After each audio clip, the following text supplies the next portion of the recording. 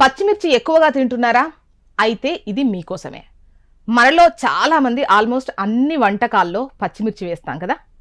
ఇక వంటల్లో పచ్చిమిర్చిని వేయడం వల్ల వంటలకు మంచి టేస్ట్ వస్తుంది అండ్ మన ఆరోగ్యానికి కూడా మంచిదే. అయితే ఈ పచ్చిమిర్చిని మనం తగిన మోతాదులో మాత్రమే తీసుకోవాలి, లేదంటే అనారోగ్య సమస్యలు వస్తాయి. అయితే ఈ పచ్చిమిర్చిని ఎక్కువగా తీసుకోవడం వల్ల మనకు కలిగే నష్టం ఏంటో ఇప్పుడు తెలుసుకుందాం. ఈ పచ్చి మిరపకాయల్లో క్యాప్సైసిన్ ఉంటుంది. వీటిని ఎక్కువగా తీసుకోవడం వల్ల పేగుల్లో ఖచ్చితంగా నొప్పి వచ్చే ఛాన్స్ ఉంటుంది.